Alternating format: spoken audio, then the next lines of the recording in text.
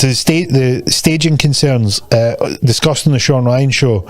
So in the Sean Ryan's most recent podcast, experts discussed the possibility that the explosion was staged, no shit Sherlock, as a false flag operation to stir political controversy and distract from other national security issues. Now, this is where I think that there's more to this.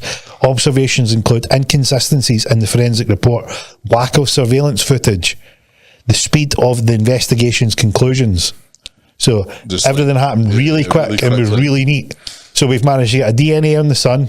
We've managed to get all the findings. We found his ID in the truck. We found the phone.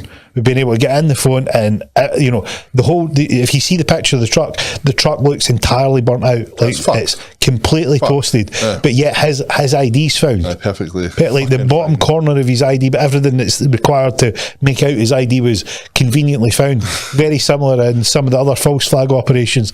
Not naming any names, 9/11, the passports, they seem to survive. We can destroy a tower with a plane, but we can't destroy 19 hijackers' passports that were found in the ground. So it's the once bitten, twice shy. People have seen this before. They give it the benefit of the doubt. Something happens again, they're like, don't think so. So some analysts suggest the use of advanced explosives inconsistent with commercially available fireworks, raising further doubt. So your gas canister theory.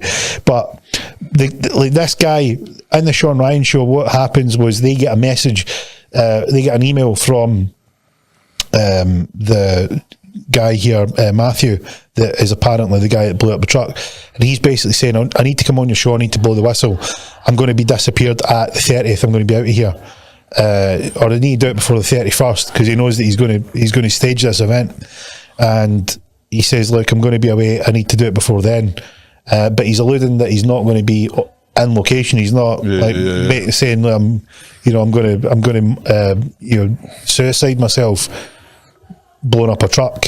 But the thing being is that the other suggestion was that he's got apparently a gunshot wound to the head caused by a Desert Eagle, and he was dead before the truck exploded. So they reckon that the Tesla truck was programmed to drive to the tower because it can self-drive. So it drove there with the body in it. Well, what a great way to escape. You let it there, and it was he alive at that point? Have they done a pathology report on the body? So for me, what stands out is it's strange that you're doing this with the product of the guy that you support with outside the building of the guy that you support. It doesn't make any sense. I don't get what the political stand would be. Well, this comes back to, I think we'll segue into the second one, because what happens is this fits in nicely. So what we'll do is we'll discuss the second one, because it leads into what Matthew goes to explain and what programs he was involved in, what he was actually going to blow the whistle on, and why he was making a show of it. Because what the messages to the Sean Ryan show said was, right, I need to tell you about what's going on, because there's a bigger issue at play here and no one's listening to me, so I'm going to make sure you hear me. And blowing up a truck seemed to be a reasonable idea in his mind. As you can imagine, I don't know what state you get to or how big the information you need to release, but he goes on to say that the US and China have got anti-gravitic propulsion. So anti-gravitic propulsion is you can create an anti-gravity field and you can move without being bound to the laws of gravity.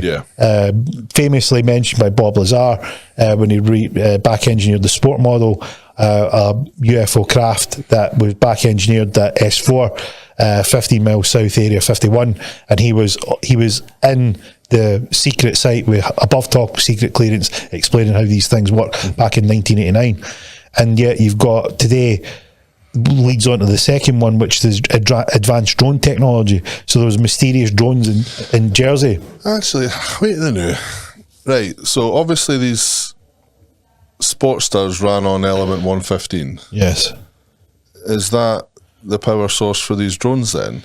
Unknown. Obviously, I mean, we've yet to receive the instruction manuals or the operating manual for the because in theory, though, if it's the same idea behind it, and obviously they've called bullshit on Element 115 up until 2016, when we accidentally created it, and then fast forward 8 years, we've got these fucking. But the back engineering and the technology of the UFOs was always the first of all, they were using a method of propulsion that bent the laws of physics that we knew. It defied the laws of thermodynamics. But they needed element 115. They did. That was one part of the puzzle. Yeah. They needed element 115, which was a heavy element that wasn't found in our periodic table. Until and it would create, once they put into this machinery, once they put into this reactor that was in the UFO, it created element 116, which then created the wave system where they could essentially fold two points in time and then create the ability to travel vast distances instantaneously. But more importantly, that was always a question. The question is, well, you know, our traditional method of understanding it would be that how could